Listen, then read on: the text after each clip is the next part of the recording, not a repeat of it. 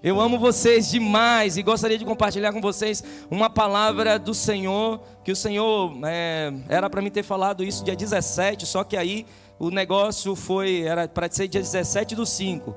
E aí eu comecei na introdução, só sei que a mensagem ficou só na introdução.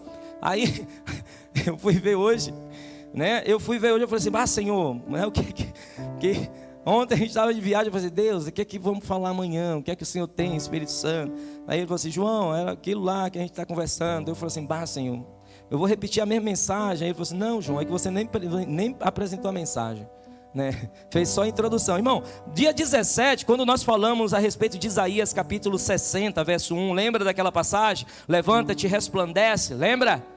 Lembra disso? Tá? Na verdade, aquele versículo era a introdução para algo chamado o poder da semente, para um texto, né? uma mensagem que está vinculada ao poder da semente, tá? O poder da semeadura, o poder que Deus nos estabeleceu e nos apresenta em toda a Bíblia, a questão da semeadura ou da semente. E eu quero, né, hoje à tarde eu fui dar e fiz uma segunda anotação para tirar aquilo que nós não falamos, né, na semana dia 17, para a gente compartilhar com você nessa noite. Eu quero pedir a você que abra sua Bíblia em Marcos capítulo 4, por favor.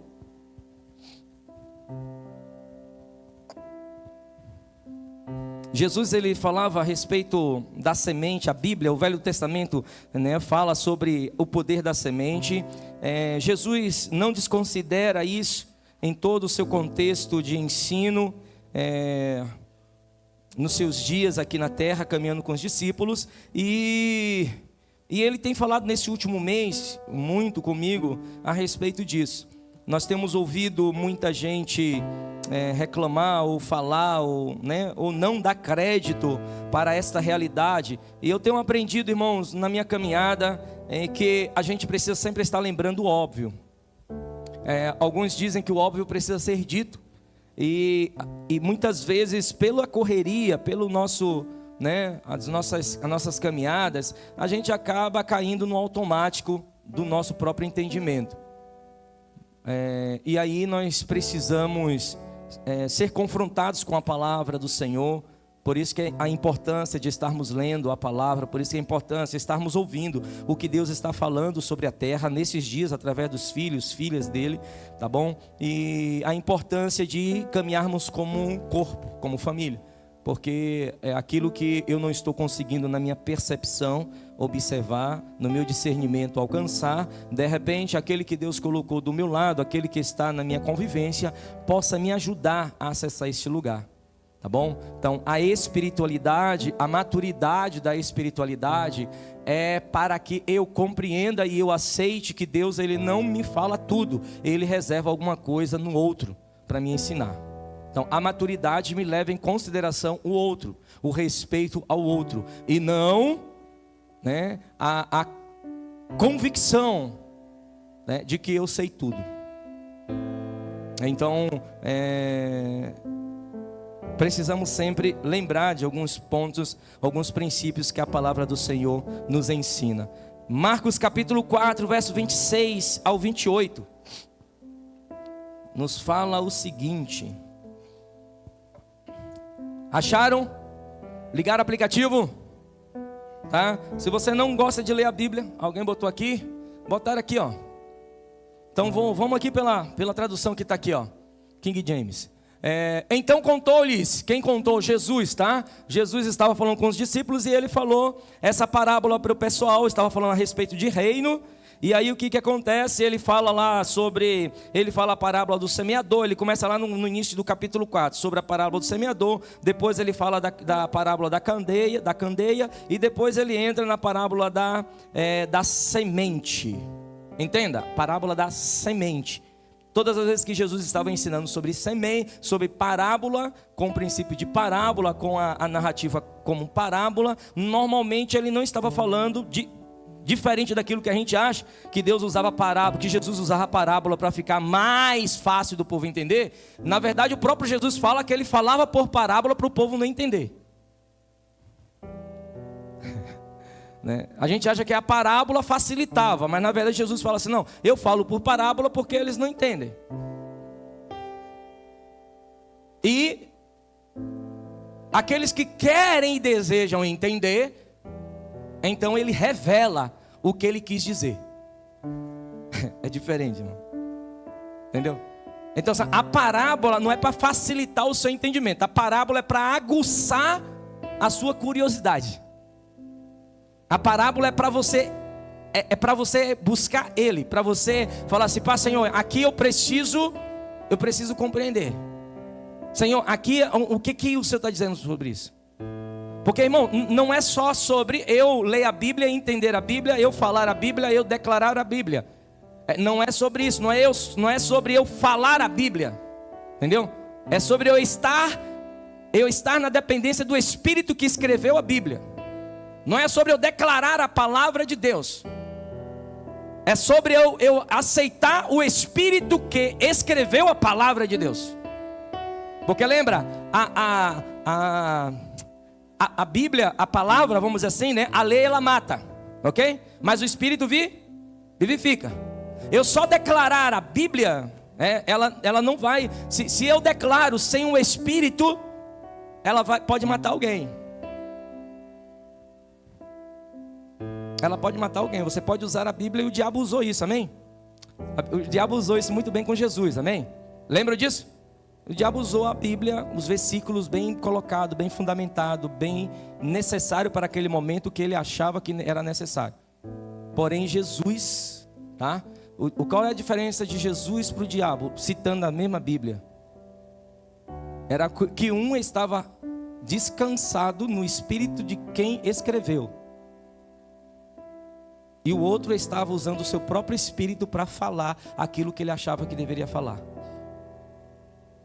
Você compreendeu isso? O diabo também, ele ensinou, ele falou a Bíblia. Só que ele estava longe do Espírito, o qual escreveu a Bíblia. Essa era a diferença. A discussão ali no deserto foi sobre isso. Então por isso que muita gente está indo por um engano, porque só está ouvindo a Bíblia e não está discernindo qual é o Espírito que está usando a Bíblia para manipular, para controlar, enganar, tá? Por isso que nos últimos dias a gente precisa desenvolver discernimento de espíritos, tá? Que não é sobre fundamento teológico, é discernimento de espírito. E eu preciso estar disposto a fazer aquilo que Jesus ensina lá em Apocalipse capítulo 2, capítulo 3. Quem tem ouvidos, ouça o que o Espírito diz às igrejas. Tá? Então, o Senhor não vai mudar, o Senhor não vai deixar de falar aquilo que Ele disse. Mas Ele busca homens e mulheres que estejam no mesmo Espírito, o qual Ele disse. Amém? Então vamos lá. Marcos capítulo 4 então, verso 26. Então contou-lhes Jesus, né? Jesus dizendo aqui que o reino de Deus é semelhante a um homem que lançou a semente sobre a terra. 27. Enquanto ele dorme e acorda, né? Durante a noites e dias, a semente germina e cresce, embora ele desconheça como isso acontece. A terra por si mesma produz o que, gente? A terra por si mesma produz o fruto. Primeiro surge a planta, depois a espiga e mais tarde os grãos que enche a espiga. 29. Assim que as espigas amadurecem, o homem imediatamente lhes passa a foice, pois é chegado o tempo da colheita. O que é que o Senhor está nos ensinando aí, irmãos, nessa passagem? O Senhor Jesus está nos falando sobre processo. Está nos ensinando sobre ele está comparando, né? O reino de Deus é semelhante ao homem. Eu já vi algumas mensagens, a pessoa se focando, o ministro se focando no como é que eram as qualidades do homem que lançava a semente, qual era a qualidade da semente que era lançada, Irmão, não é sobre isso aqui é sobre processo. Ele está apresentando aqui um processo agrícola. Tá? Ele falou assim, o reino de Deus é conforme um processo. E Deus, ele trabalha com processos desde o início. Tá? Ele poderia ter criado tudo em segundos, em milésimos de segundos, mas ele criou tudo em 6 dias. Amém? Então assim, Deus, ele nos mostra na sua criação que ele faz as coisas em processos. E nós temos dificuldades com processos. Nós brasileiros temos dificuldade com processos. Por quê? Simplesmente entendemos que processos é perda de tempo. E na verdade processos é desenvolvimento. E a Bíblia nos alerta para isso. E outra coisa que nós gostamos como brasileiros é as coisas rápidas, né? É a gente mirar no milagre. E a gente busca o milagre em detrimento às nossas responsabilidades. Nós estamos clamando por milagres em determinadas áreas na nossa vida por falta de nossa responsabilidade e posicionamento naquelas áreas. Esse é um problema nosso.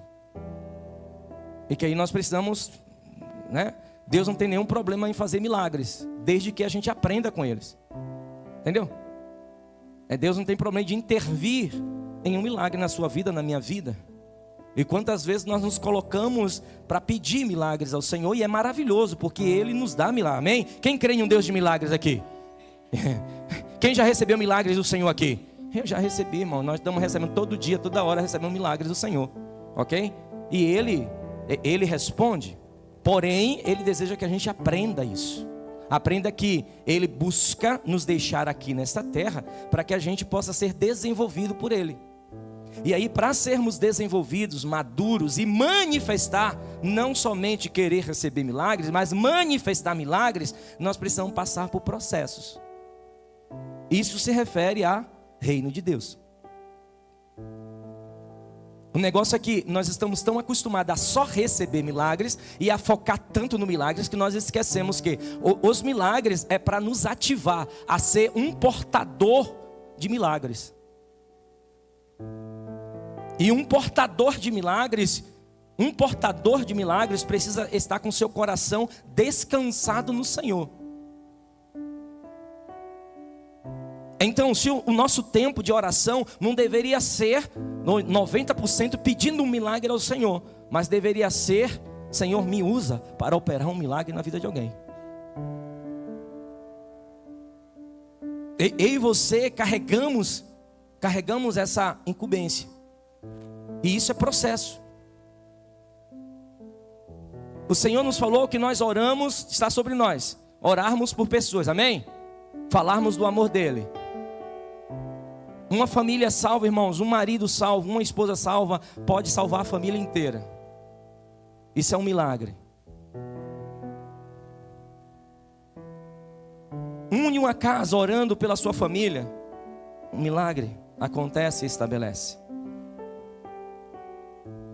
Você encontrar alguém enfermo e entrar num hospital e orar por alguém, e naquele dia o Senhor, de repente, o Senhor disse, olhou, vou fazer. É milagre, irmão. Quando é que acontece isso, pastor? Quando Ele quer. Mas nós precisamos nos responsabilizar por essa incumbência que Ele nos deu. Amém? Então aqui em Marcos capítulo 4 é sobre processo, tá? E esse processo sempre está vinculado ao reino de Deus. E o reino de Deus, ele funciona, a Bíblia está deixando claro para a gente, que o reino de Deus, ele funciona como uma semente. E aí você tem toda uma narrativa bíblica que fala que no mínimo é três etapas. São 3 momentos essa semente. Não tem como você lançar a semente na terra e acorda no outro dia e a semente nasceu. Não tem isso, não é instantâneo. As coisas não é instantâneo, irmãos. Existe um tempo. A ciência já comprova isso. Existe um tempo da semente ser encharcada por água, quebrar a casca dura. Teve um ano aí atrás, quando foi a primeira vez que a gente foi para a Bahia de carro? 18 ou 19? 19, né? Foi 19. 19, se eu não me engano, início de 20, eu trouxe uma mensagem a respeito disso, do poder da semente. E eu falei para vocês a respeito da semente, como é o nome daquela planta lá? Flamboesa não, como é? Flamboyant. Flamboyant é uma planta linda, uma planta flamboyant, não sei se vocês já viram. É uma árvore com as folhas, umas flores vermelhas, linda, linda, linda, né? E aí a gente estava passando aí por Minas Gerais, pelo interior de Minas Gerais, pela 116, achamos um pé de flamboyant, a pastora Priscila desceu, saiu quebrando as plantas aí. Não, fui eu, né? Eu desci e fui lá, peguei umas vagens grandona assim, né? Aí ela vai, você falando, não, vou levar, mas não vai nascer, porque falei assim, vamos ver se não vai nascer. Peguei uns negócios assim, que eram umas vagens grandes, peguei umas 10 vagens daquela, botei no carro, trouxe. Aí, peguei aquelas sementes, mais duras, irmão, mas parecia uma casca de ferro assim. Aí eu botei na terra e esperei 3 meses, nada. Molhava aquele negócio e nada. Aí eu fui dar uma pesquisadinha, sabe aquele negócio, né? Dar uma pesquisada. Aí eu falei, tem alguma coisa errada. Aí eu vi uma pessoa da área, né, lá de cima do norte, falando a respeito disso, sobre plantio, e falou exatamente sobre essa planta. E aí ela deu algumas sementes que eram muito duras.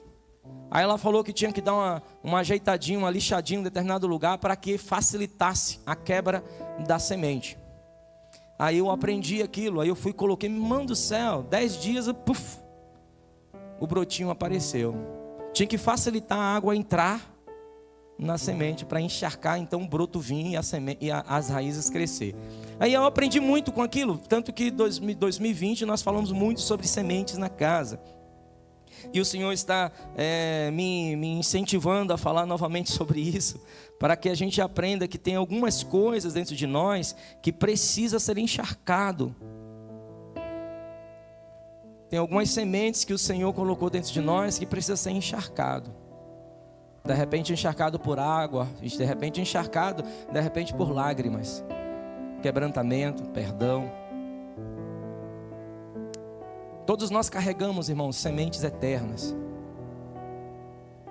No mínimo, cada um de vocês que está sentado aqui carrega no mínimo uma semente. Foi uma palavra que o Senhor declarou sobre você. Ele declarou que você seria uma bênção nessa terra.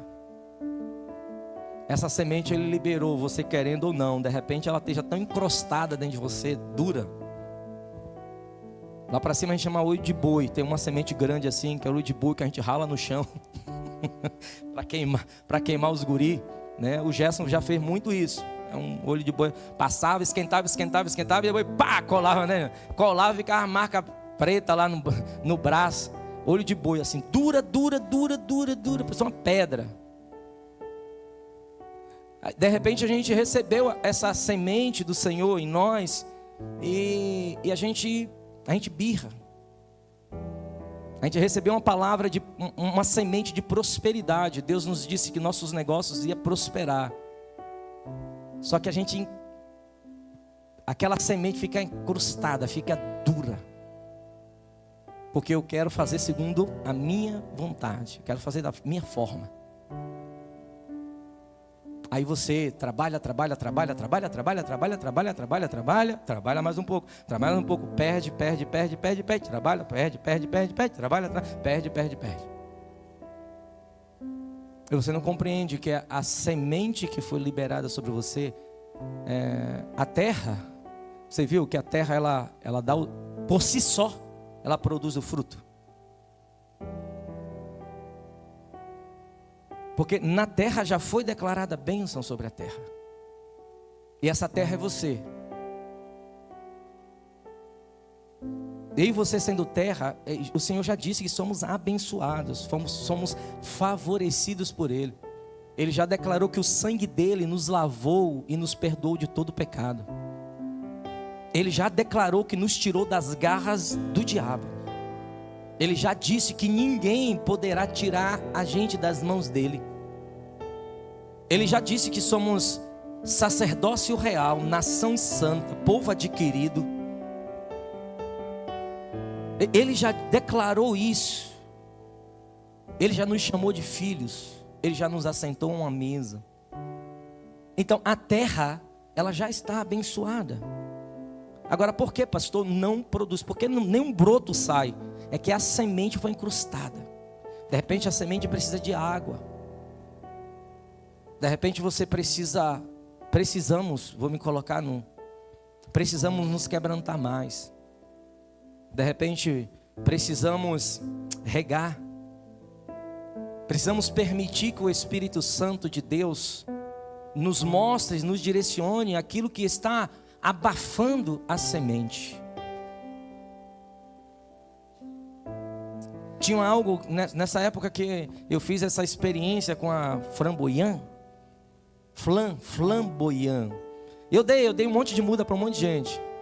Eu me lembro que eu dei ao pastor Luiz, eu dei uma muda. Eu dei ao Admar, que ele plantou lá na praia. Eu dei umas mudas aí para todo mundo, né? Eu amei.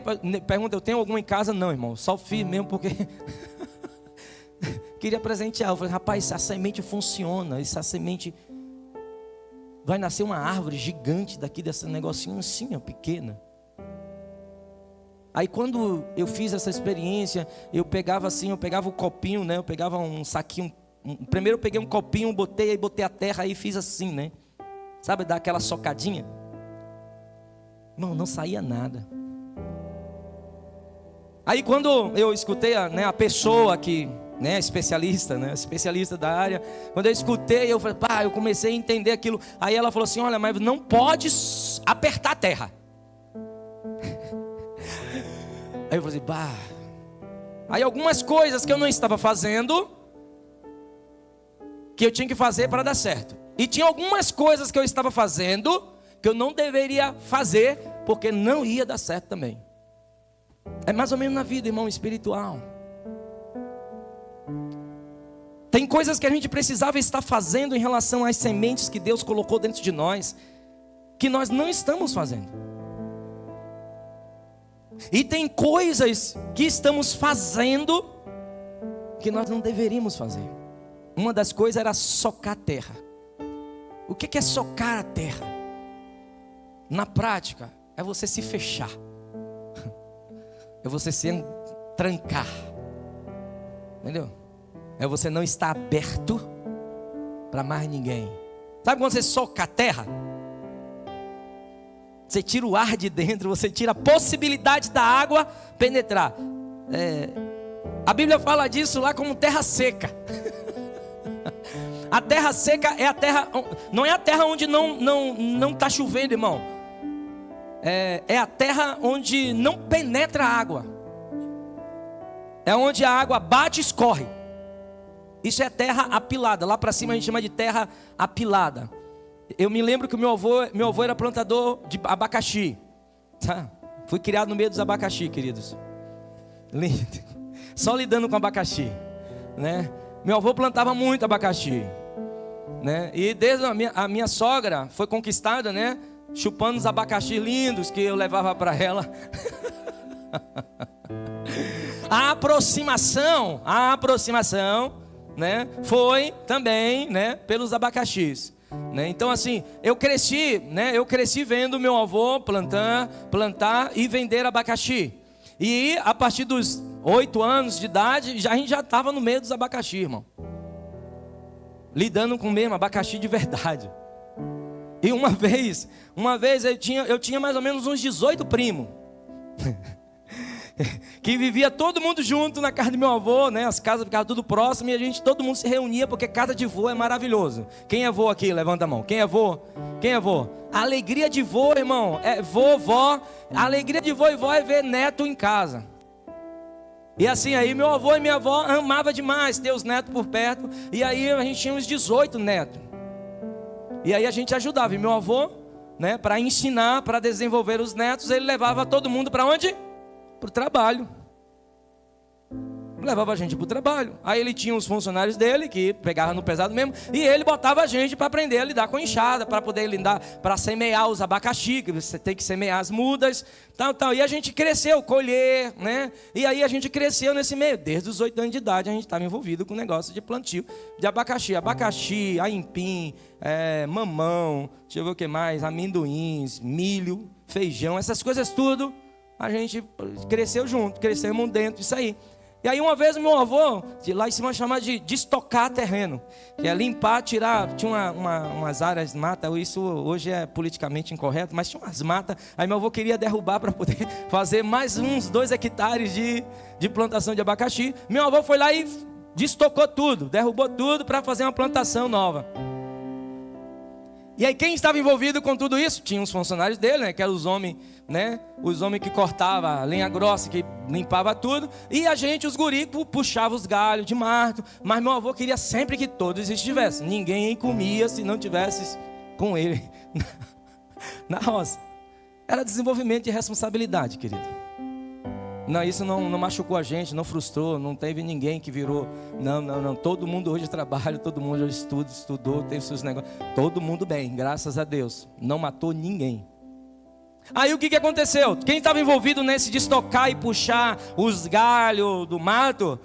Os meninos. Os meninos, os primos, né? Eu tinha 10, 11 anos. Os meus outros primos, mais velhos do que eu, deveria ter mais uns 4 anos. Então, tinha guri de 16 anos, guri de 8, guri de 12, 14, 15. A gurizada tudo, puxando galho, e a gente achando aquela coisa maravilhosa. Aí passou a máquina, limpou, tirou, destocou. Show de bola, aí ficou aquela área linda, limpa. Aí trabalhamos na segunda, terça, quarta, quinta, sexta-feira, irmão. Aí meu avô sempre fazia aquele tratado com os funcionários. Se terminar, né, até 2 horas da tarde, até meio-dia, tá liberado à tarde, coisa e tal. Aí o pessoal deu um gás, terminaram todo mundo meio-dia. Aí o que é que os funcionários fizeram? Foram, guardaram as coisas, foram almoçar e receber a semana deles e vazaram. Os meninos empolgados, ficamos aonde? Ficamos lá na roça. Ficamos lá na roça, ficamos lá no terreno onde abriu. Aí algum deles, o que é que tinha debaixo do braço? Uma bola. Um deles conseguiu levar escondido uma bola debaixo do braço. E aí desses 12, 13, 14 guris, a gente fez o quê? 2 times. Pegamos 4 varas, 2 varas de um lado, 2 varas do outro, fizemos 2 traves e fomos jogar bola. Irmão, mas jogamos de 1 hora da tarde até 6 da noite. Jogamos bola em cima daquela área que meu avô tinha limpado, parte daquela área, né? Jogamos bola, irmão. Aí de noite, o que aconteceu? Choveu. A gente tinha jogado bola. Aí bola, você sabe o que aconteceu na terra? Socou tudo, irmão. Apilou aquele campo. Aí ficou um campo. Choveu no dia, na noite, mas apilado ficou. Meu irmão, vou te dizer, naquele hectare que meu avô plantou abacaxi, o único lugar que não deu abacaxi foi nessa terra apilada pelos 14 meninos. Não tinha jeito, irmão. A terra socada, irmão, a terra pisada, a terra, né? Alguns lugares chamam terra queimada. Não nasce nada. Por mais esforço que você coloca. Os mesmos matos que nascia naturalmente nos outros lugares, naquele lugar não nascia, porque estava apilado, sufocada a terra. A gente conseguiu, os meninos conseguiu fazer isso. E por que eu estou falando para você? É que a gente como menino, a gente consegue algumas coisas, a gente consegue exatamente apilar a terra onde Deus disse que já é abençoada. Nós sufocamos o ambiente, o lugar onde Deus disse que a terra por si mesma produz o seu fruto. O Senhor está falando que você, por si mesmo, na simplicidade, deveria estar frutificando. E os nossos esforços, muitas vezes, para frutificar, os nossos esforços para frutificar, tem sido por causa de uma terra apilada, uma terra socada, uma terra que aprendeu a se autodefender, uma terra que aprendeu a viver muito mais na vitimização do que nas promessas do eterno. A terra que aceita muito mais a ofensa, a terra que aceita a ofensa, do que confia naquilo que Deus disse sobre nós.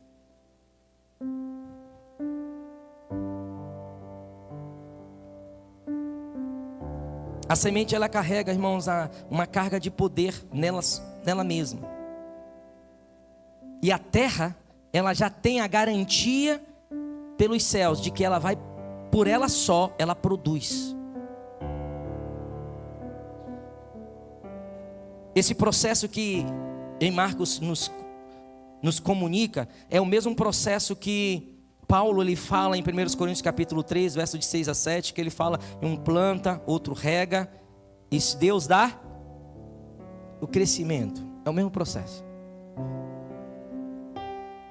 A vida com Deus, ela precisa ser levada em seriedade pelo processo.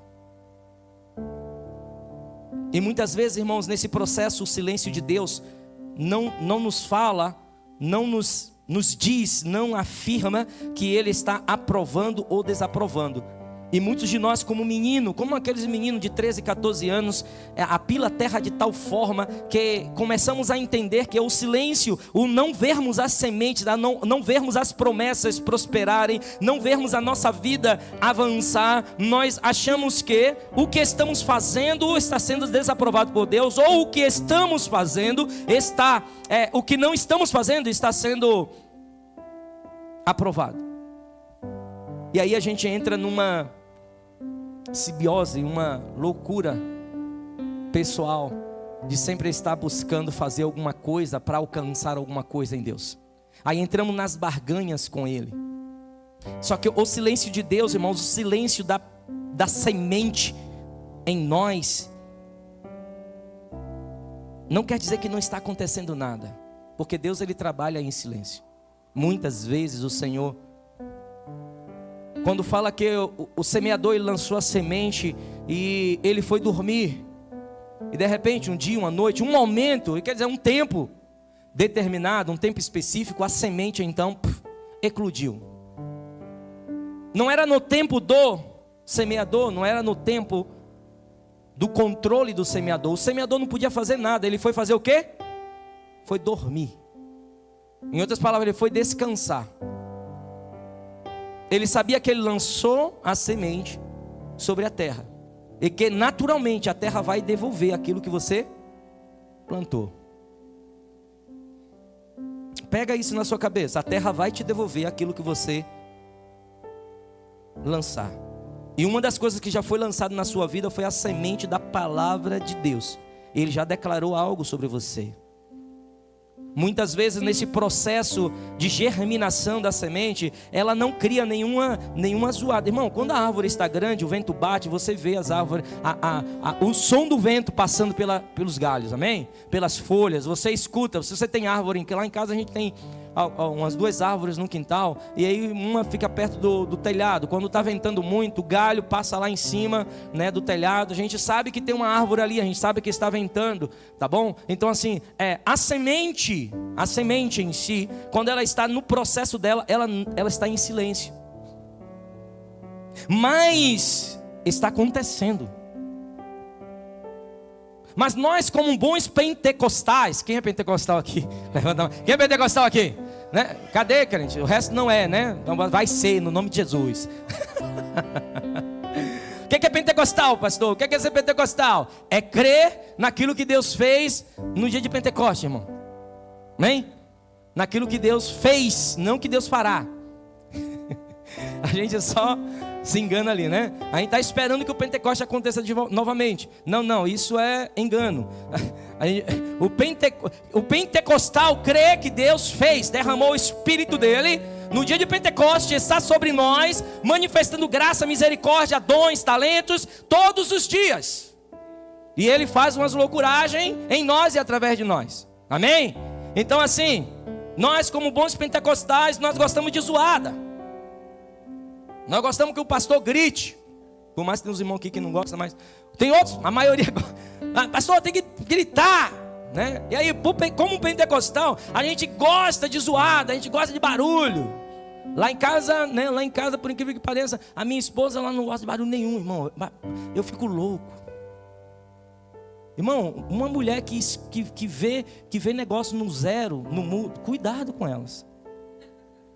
Que gosta de assistir, mulher que gosta de assistir aquele negócio de sítio, passando, cuidando de sítio, cuidando dessas coisas de galinha, bicho, fazendo crochê, no silencioso, irmão. Irmão, olha, aí eu chego em casa, né? Pá, eu já olho para onde é que está o controle. A depender do dia dela, a depender de como ela está, né? Ela me entrega o controle, né? A depender do dia, ela olha para mim. Ô irmão, eu tenho que pegar um fone, botar no celular e botar nos ouvidos. Porque, irmão, o silêncio fora para mim é um negócio, porque não bate. Eu acho que eu fui feito no meio dos trovões, sabe? Relâmpago, né? Minha esposa foi feita no silêncio. Aleluia, irmão. Entendeu? No silêncio de Deus, a minha esposa foi criada, né? Eu fui criado quando Deus falou assim: haja relâmpago. Puf, aí o João apareceu lá. Trovão, João apareceu, alguma coisa assim. O que eu quero dizer para você, nós como pentecostais, nós gostamos de quê? De zoado, nós gostamos de barulho. Só que na semente, na eclosão da semente, na eclosão, não existe barulho. No processo de eclosão, não existe barulho. É silencioso. E no silêncio não quer dizer que as coisas não estão acontecendo. No silêncio muitas vezes a gente quer saber, a gente quer ter um sonho, a gente quer ter uma visão, a gente quer que alguém nos ache aqui dentro da igreja. Esse que te diga, irmão. Esse que te diga, irmão. Esse que te diga. Nós queremos, não, eu vou lá porque eu vou receber uma palavra do Senhor. E nós pulamos, nós queremos abortar o processo. Nós não aceitamos que Deus, Ele está agindo, que a semente, aquilo que Deus disse sobre você, vai acontecer. Deus não é homem para que minta.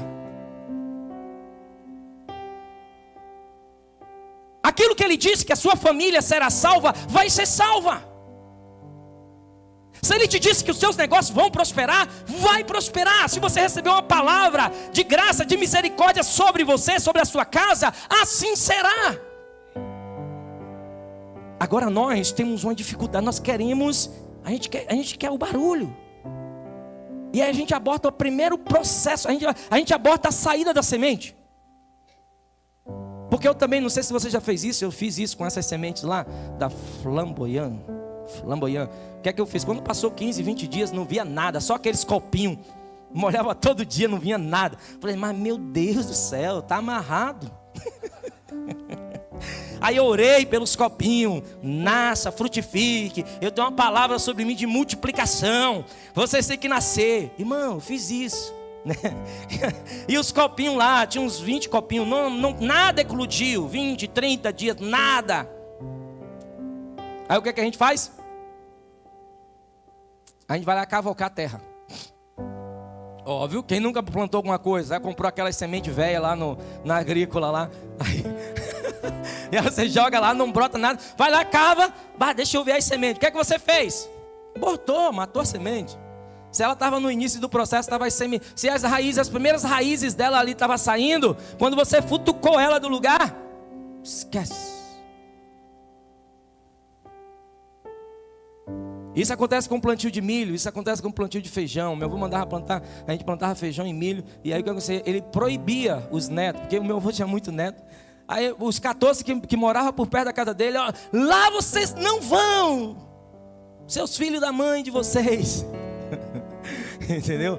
Bem psicopal o negócio, né? E a gente não podia ir lá, porque se a gente fosse lá, a gente ia pisar nos negócios, ia mexer as sementes que estavam eclodindo, estava criando as suas primeiras raízes. As primeiras raízes não podem ser mexidas, porque senão quebra o desenvolvimento delas e elas não criam um fundamento. Deixa eu repetir isso para você.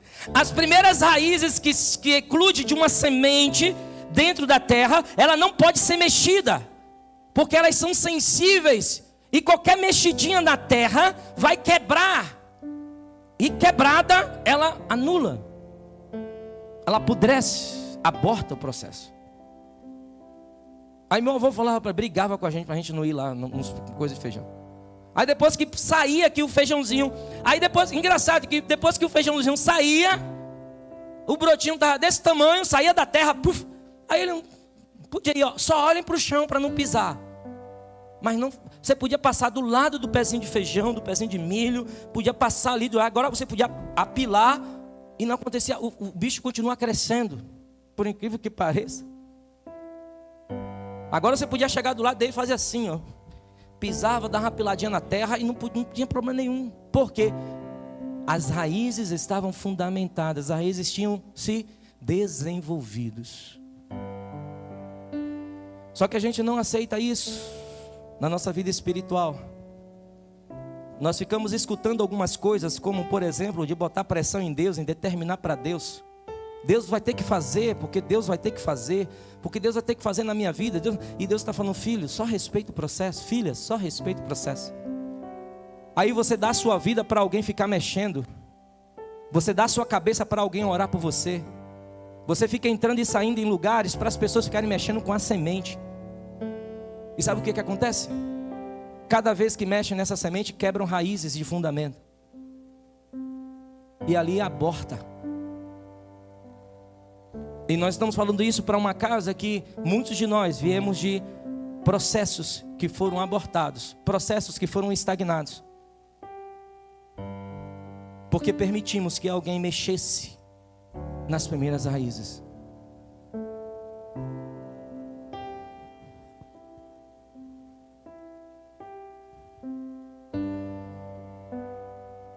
A semente, em todo o seu processo de eclosão, ela não faz barulho, mas ela se desenvolve. E por incrível que pareça, nesse desenvolvimento dela, nessa eclosão dela, ela primeiro, as raízes buscam se estabelecer. E quando as raízes começam a se estabelecer, mesmo a gente não vendo, ela está mudando todo o seu ecossistema. Ela está trabalhando dentro da terra. Mesmo sem você perceber, aquilo que você recebeu de Deus tem abençoado pessoas ao redor de você. Mesmo sem você perceber, palavras que Deus colocou sobre você, de prosperidade, de graça, de vida, de saúde, de alegria, de paz, isso tem alcançado vidas. Mas muitas vezes você está tão vinculado às suas necessidades que você não tem visto que as raízes que um dia o Senhor cresceu, fez desenvolver na sua vida, tem abençoado o seu ecossistema. Levando em consideração o que Jesus estava ensinando para os discípulos naquele dia, ele fala que o semeador, ele simplesmente foi, deitou, dormiu à noite, dormiu dia, dormiu noite, sei lá quanto tempo ele ficou. O broto aconteceu, a terra produziu, passou-se pelo seu processo. Respeite o processo das coisas. Toda colheita, leva em consideração este princípio, toda colheita começa com sementes, irmãos. Toda colheita começa com semente. Existe uma mentira no meio do povo gospel no Brasil.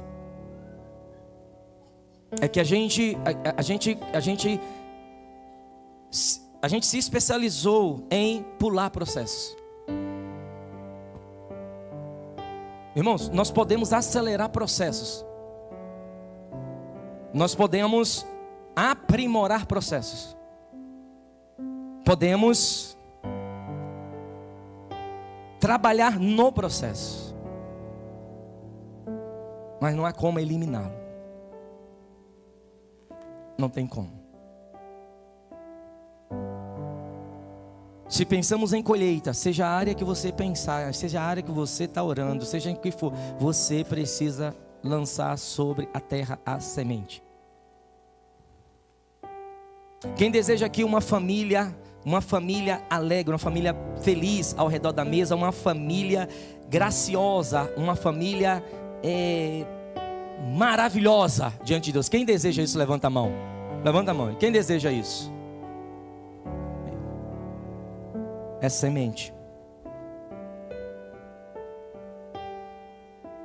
Não é milagre. É processo. Não é varinha de condão. Agora, nós que desejamos essa verdade, qual tipo de semente que estamos lançando sobre a terra chamada família? Qual o tipo de semente que você tem lançado sobre a terra chamada família? Você tem tomado café com seu filho? tem abraçado a sua esposa? Tem abraçado o seu marido? Tem beijado o seu marido, irmã? Ah, ele está com mau hálito. Manda ele escovar os dentes. Simples, irmão. Por que não? Compra Listerine. Ah, mas ele não usa. Dá banho nele com Listerine. Por que não, irmão? Ah, pastor, mas eu não tenho dinheiro para comprar Listerine. Chupa limão. Não, irmão, vocês estão dando risada, mas eu estou falando sério, porque tem uns negócios que não dá para aguentar. Ah, pastor, mas não beijo meu esposo porque meu esposo está em mau hálito. Manda ele, irmão. E se não conseguir essas coisas simples que você pode fazer, aí fala com os macho alfas que a gente leva ele. A gente leva ele lá no lugar, a gente leva ele numa clínica. Porque se for problema de saúde, a gente vai ajudar. Estou falando sério para você.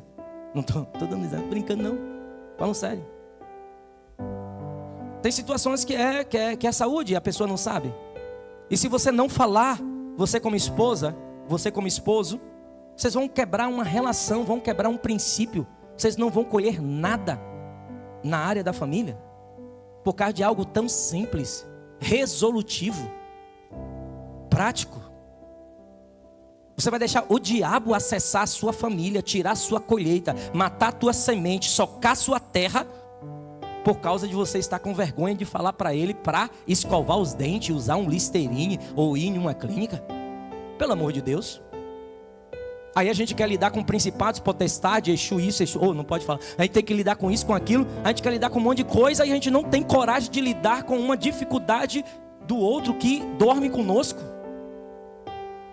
Eu falo sério, irmão. Ah, não gosta de tomar banho, pastor. Ela não gosta ou ele não gosta. Ô, irmão, pelo amor de Deus, fala com as chamadas. As irmãs, as chamadas têm uma equipe, irmão, de beleza. As chamadas têm uma equipe, já estou profetizando. Tem uma equipe de beleza, irmão, que vai fazer uma visita. Vai fazer uma visita a você e te ajuda nisto. Te ajuda nisso. Se é com seu marido, fala com o pastor Sean. Tem ali o Wagner do Sinédrio. Tem quem mais do Sinédrio aí? O Márcio, tem o pastor Alexandre ali atrás. Fala com essa turma do Sinédrio. Nós vamos fazer um mutirão, irmão. Se ele não gosta de tomar banho, nós vamos dar um banho nele. Vamos dar, irmão. Estou falando para você. Nós vamos dar um banho nesse homem. Vamos dar um banho. Nós temos barbeiro aqui. Cadê o barbeiro bom? Cadê o barbeiro bom aqui? Hã? O Guilherme ali, ó. Um barbeiro bom. Nós temos um barbeiro bom, né? Nós temos uns irmãos aí bons de que mais? Dá banho. Né, Elmo? O Elmo ali ajuda. Lava jato, o Elmo é bom de lava jato. O Elmo é bom de lava jato. O Acácio faz sabão. Hã? E tem as irmãs que tem boticário, tudo, porque todas as amostras, a gente usa todas as amostras das irmãs do boticário. As irmãs a gente usa, irmão, a gente está dando risada, mas eu estou falando algo sério. O que a gente está pretendendo colher na família? A gente precisa encarar o porquê que não está frutificando. E a gente precisa falar. Isso não é mensagem de anjos, irmãos, não é mensagem de... Não, é mensagem da verdade de Deus. Se você quer colher algo na sua família, você vai precisar plantar. Se você não está plantando verdades, você vai viver em engano. O que você está colhendo? Se você planta palavras, vão mudar vidas. Se você planta oração, você vai transformar ambientes. Se você estabelece amor, você vai alcançar gerações. Porque a Bíblia fala em Gálatas capítulo 6, verso 7. Tudo o que o homem semear, isso também ceifará. O negócio é que a gente quer colher em áreas de nossa responsabilidade sem plantar nada. Aí tem uns crentes muito espiritual que diz: não, Jesus falou que a gente nos enviou para colher em lugares onde nós não plantamos. Mas eu quero chamar a sua atenção que aquilo ali está referindo à salvação, que não era responsabilidade nossa salvar ninguém, que o nosso trabalho era ceifar, tá? Em todas as outras áreas ele levou em consideração o plantio. Na multiplicação dos pães, ele não foi saindo, pá, apareçam pães. Não, pergunto, vocês não têm nada para colocar nisso aqui? O que vocês têm? Ah, só temos isso, temos aquilo, temos uns peixinhos aqui, temos uns pãezinhos, temos... Traga. Jesus não dispensou os pequenos começos. Jesus não dispensou a semente. O negócio é que a gente quer comer a multiplicação dos pães sem apresentar nada. Irmãos, o que é da competência de Deus, que é salvar o pecador, é o Espírito Santo que convence ele do pecado, da justiça e do juízo. Convencer o outro não é responsabilidade minha, mas é responsabilidade minha dar acesso ao outro, ao amor, graça e misericórdia do Pai, através das minhas ações. Essa é a minha responsabilidade.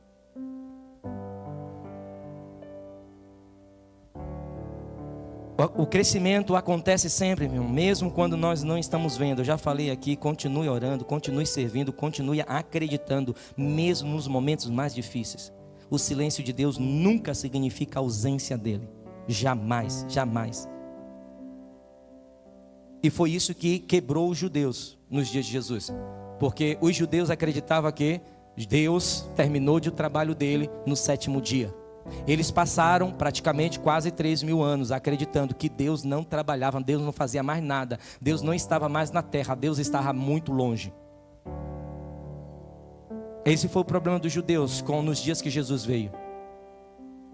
Tanto que quando Jesus fala para eles em João capítulo 5, verso 17, verso 12, 17, do verso 17 ao verso 47, lembra? Que Jesus fala para os fariseus, fala assim: olha, o meu pai trabalha até agora, e eu também. E eles ficaram indignados com Jesus, mas como ele pode dizer que ele é filho de Deus e também que Deus parou de trabalhar?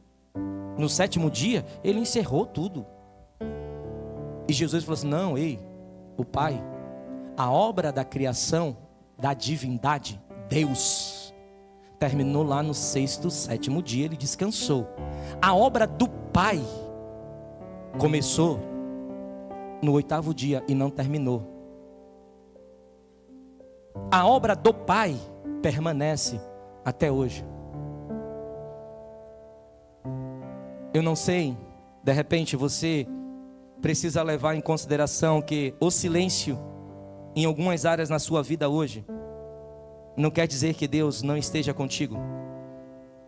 Pode ser que você não esteja vendo, ou simplesmente você não está conseguindo perceber Ele agindo. Por isso que a palavra de fé liberada traz à existência aquilo que não é visível para você. Por isso que quando chega em momentos da minha vida, por isso que quando chega em momentos de nossas vidas, que eu não estou enxergando Deus agir, eu não vou declarar aquilo que Deus não disse. Eu vou continuar pela fé, declarando aquilo que Ele já me disse, mesmo eu não vendo nada acontecer. Isso chama-se fé, a firme convicção das coisas que se esperam.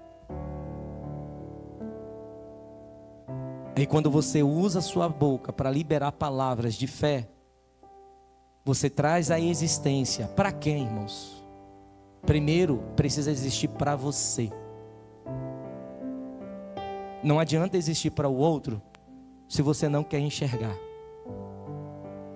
Então, a palavra de fé é para estabelecer, declarar: Senhor, assim a tua palavra me disse, assim o Senhor me disse naquele dia, assim o Senhor me disse naquela madrugada, eu e a minha casa serviremos ao Senhor, eu e a minha casa, Senhor, servimos a Ti, Pai. Mesmo eu não vendo nada disso acontecer, eu continuo neste lugar, Senhor, eu continuo neste lugar, Senhor.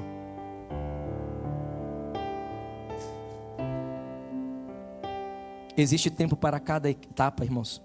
Não pule elas. Lembra? Erva, espiga e grão. Existe o tempo do broto, da eclosão. Existe o tempo da planta crescer, colocar suas espigas, pensando em um pé de milho. E existe o tempo de colher a espiga de milho.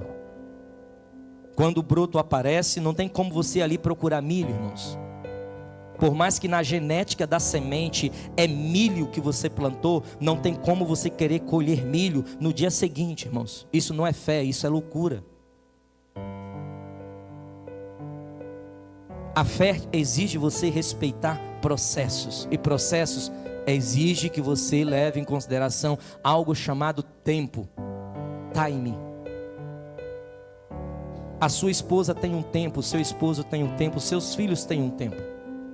Você tem um tempo. Nós temos um tempo aqui na terra. O meu tempo é 120. Se você quiser partir logo, fica abençoado para isso. Amém? O Guilherme ali quer subir logo, né? Não, irmão? Não, 120 também? Então assim, se você quiser subir logo, amém, está abençoado, né? Dá um abraço lá no anjo Gabriel por mim, tá? E está tudo certo. A gente não discute sobre isso. Só que cada um de nós temos um tempo aqui na terra. Temos ciclos e estações. Só que nós somos intoxicados por um evangelho, um outro evangelho que não é conforme aquilo que Jesus estabeleceu. Tudo aquilo que Jesus fez, Ele declara: fiz para que se cumprisse as Escrituras. Havia um tempo oportuno do Senhor para que as coisas viessem a acontecer. Irmãos, nossa fé nos fortalece para permanecermos nele. Não despreze os pequenos começos.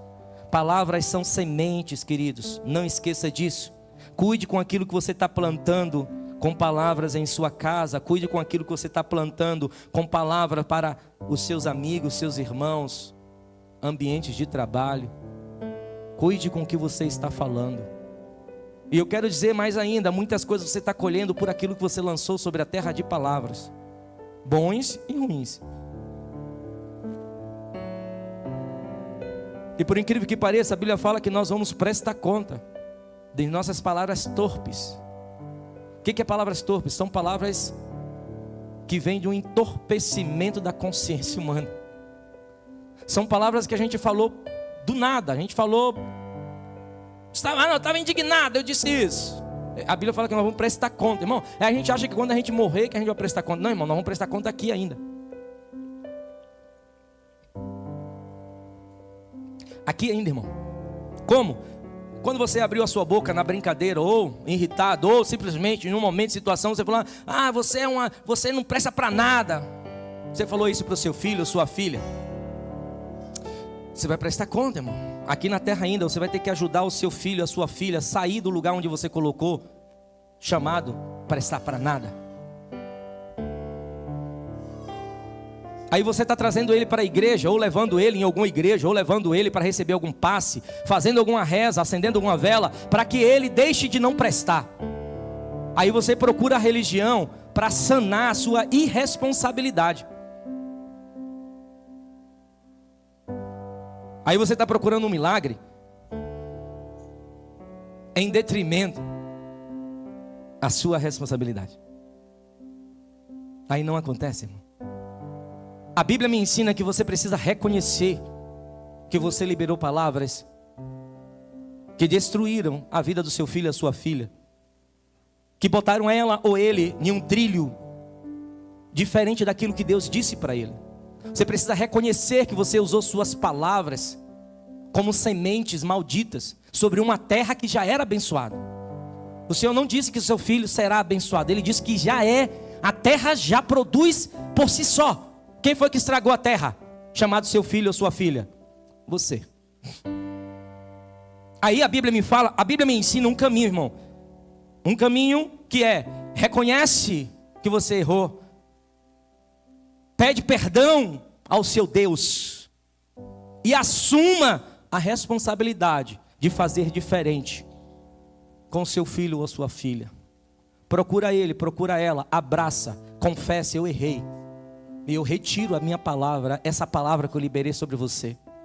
E eu declaro que sobre a sua vida, a bênção, a graça, o favor de Deus está sobre você. Ah, pastor, mas se ele não acreditar? Mas ele precisou acreditar quando você disse que ele não prestava? Não. Ai, meu irmão, ele não precisou acreditar. Foi você que liberou. Foi você que disse. Então resolva o que você disse. O acreditar ou não acreditar da parte dele, isso aí é outra coisa. Mas resolva, assuma a responsabilidade. Quando você diz para as amigas, quando você diz para a sua família, quando você diz para a sua mãe, né? Quando você diz para seus íntimos que o seu marido não presta, que o seu marido é um vagabundo, que o seu marido é isso, que o seu marido é aquilo, é aquela semente que você está lançando sobre aquela terra. Aí o que a gente faz? Nosso entorpecimento, a gente fica tentando justificar pelos nossos passados, pelos nossos antepassados. Ah, eu fiz isso porque a minha geração, porque isso, porque... Não, irmão, a Bíblia não fala que é para você futucar a terra lá dos teus antepassados. A Bíblia fala que é para você confessar o seu pecado, arrepender dele, ok? E você alcançará a misericórdia e o favor dos céus. Então quando você fala para os seus íntimos, quando você fala para os seus amigos, quando você fala para as pessoas, sua família, que a sua mulher não presta, que a sua mulher é uma preguiçosa, que a sua mulher não faz nada, que a sua mulher é isso, a sua mulher é aquilo, é a semente que você está lançando sobre a terra. Aí não adianta você querer orar para a sua mulher mudar. A Bíblia não te ensina a orar para alguém mudar, irmão. Na verdade você tem que orar para ser o marido que ela precisa. E você, esposa, tem que orar para que você seja a mulher que ele precisa. E não você ficar gastando madrugadas orando para que ele seja o marido que você quer, que você deseja, que você sonhou. Ah, eu pensei nisso. Não, não é sobre o seu pensamento. O que é que você está lançando sobre a terra? Aí criamos uma celeuma, criamos várias situações para fugir da nossa responsabilidade. Reconheça que você falou besteira. Reconheça que você liberou palavras de afronta, palavras sobre a vida da sua esposa, sobre a vida do seu esposo. Para outros, reconheça: Senhor, me perdoa. Me perdoa. Abraça o esposo, abrace a esposa e diga: olha, eu te amo. E eu quero fazer diferente, eu quero declarar palavras que Deus disse que somos. Não que seremos, não, é que somos. O Senhor disse que abençoou a aliança. Bem-aventurado é o leito sem mácula. Para Deus não há futuro, irmãos, é agora. Então se o seu esposo ou sua esposa está tratando você, está liberando para você a aversão, rejeição, dá uma olhada nas sementes que você lançou. E de repente não foi nem nela ou nele. De repente foi para os amigos e amigas. E você só achava que estava desabafando. O teu desabafo é também uma semeadura. A depender para quem você fala. Se você fala para uma pessoa, se você desabafa para uma pessoa que está muito mais voltado a dar continuidade àquele desabafo seu e não orar junto com você, para te ajudar a compreender que você precisa abençoar a terra, você vai colher aquilo que você plantou. E aí nós chegamos, para nós encerrarmos, quero convidar o Ministério de Louvor para terminarmos aqui, que a noite foi maravilhosa. Amém, gente? Estou vendo muito silêncio aí. Eu sei que Deus está trabalhando no silêncio, mas somos pentecostais. Amém, gente? Glória a Deus. Aí nós temos uma outra área também, que de repente outro dia eu falo sobre ela, que é a área das finanças, que nós, tem semente, semeadura e colheita nesta área. É a lei da semeadura e da colheita, que normalmente a gente se esquece disso. Quem planta generosidade, colhe generosidade. Quem planta responsabilidade, colhe estabilidade no Senhor. Quem planta sabedoria, colhe abundância. Porque 2 Coríntios capítulo 9, verso 6 diz: o que semeia pouco, pouco também colherá, e o que semeia com fartura, com abundância também colherá. Investir, meu irmão, no reino de Deus é plantar, contribuir para o reino de Deus, para a expansão, ofertar sobre a vida de um missionário, ofertar sobre uma causa, abençoar uma vida necessitada. Isso é investir no reino de Deus. Não existe colheita financeira sustentável sem a semeadura financeira consistente. Você não vai conseguir colher na sua vida financeira se você não for responsável consistentemente com a sua lealdade e fidelidade ao Senhor. Isso não é o pastor, isso não é os pastores. Muita gente se aproveita disso em púlpito, sim. Não posso ser leviano para dizer para você que não. Muita gente se aproveita desse princípio, desta lei, sim. Como muitos, as leis no Brasil acabam achando uma brechinha para poder se aproveitarem delas. Alguns homens utilizam-se essa lei da semeadura e colheita para travar a mente de muita gente. Porém, a lei é estabelecida. Quem não semeia, não colhe. Isso é um princípio. A Bíblia é clara em nos ensinar isso, em 2 Coríntios capítulo 9, verso 6. Tá bom? E a maior semeadura que foi feita sobre a terra, sobre a minha vida e a tua vida, foi Cristo Jesus. A semente que foi liberada dos céus, passou por todo o processo. Ele mesmo disse: olha, se uma semente, ela permanece viva, de nada serve. Ela precisa morrer, passar pelo processo, para então ela eclodir e dar muitos frutos. E é por isso que estamos aqui nessa noite. Estamos aqui porque Cristo um dia, os céus falou assim: olha, o Pai falou assim: eu vou lançar uma semente. João capítulo 3, verso 16. Ele amou o mundo de tal maneira que ele semeou o Filho dele. Ele enviou o Filho dele a essa terra, por amor de mim e de você, para que eu e você pudéssemos colher vida e vida em abundância. Agora, esta responsabilidade dessa vida com abundância com o nosso Deus, ele passa pela nossa responsabilidade, passa por consciência, passa por um lugar chamado processo. Quero convidar você a ficar de pé nessa noite, no nome de Jesus.